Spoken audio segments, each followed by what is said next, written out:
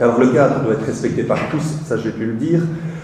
S'il est interdit de fumer pour les bénéficiaires dans un tel secteur, ça veut dire que les professionnels aussi, le directeur, la personne qui contrôle de la WIB, etc. Le cadre est respecté par tous parce que la règle est connue. Donc ça veut dire que si la règle elle est connue, ça veut dire qu'elle est remplie d'un sens. Donc moi, en tant qu'éducateur, je dois pouvoir être un, au courant de ce sens, et deux, pouvoir le partager avec nos bénéficiaires.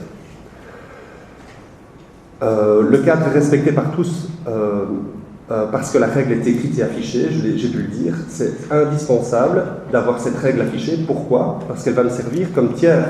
Ici, dans le cadre du séminaire, nous avons un tiers et ça pourrait être considéré comme le cadre, puisque je m'appuie sur ce que le slide peut dire. Même principe au niveau du travail en institution, ce n'est plus moi qui te demande de faire ça, l'éducateur. Moi, je suis payé pour faire appliquer la règle qui se trouve là contre le mur. Donc, à un certain moment, ça m'évite de me retrouver... Si quelqu'un doit ramasser une barre, ça ne va pas être moi. Ça va être le cadre qui va être cassé. Ça va être, dans l'institution où je travaille, de temps en temps, il disparaît. Donc, voilà, ça, de manière symbolique, les gens peuvent s'exprimer à un certain moment en disant « je ne suis pas d'accord avec ce cadre ». Le cadre est respecté par tous parce que la règle est défendue par une équipe et non par la force.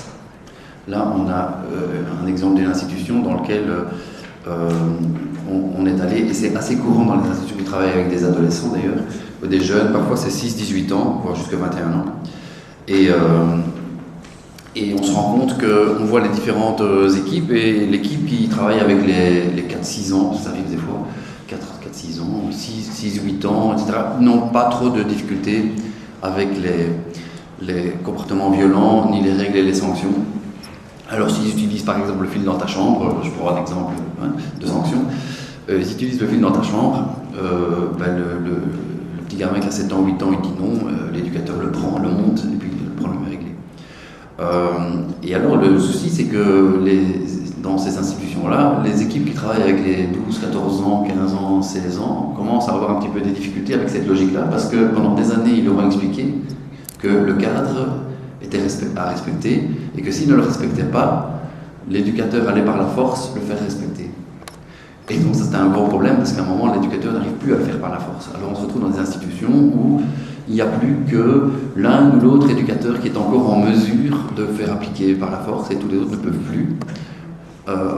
Or, il est possible de faire appliquer un cadre, non pas par la force, mais par le fait que c'est toute une équipe qui fait respecter un règlement, et puis effectivement avec un système de sanctions. Et le souci qu'on a rencontré, c'était une dame qui était pointée par l'équipe parce qu'elle ne savait pas lever un jeune. C'était un centre d'accueil d'urgence, donc c'était des jeunes en situation un peu difficile.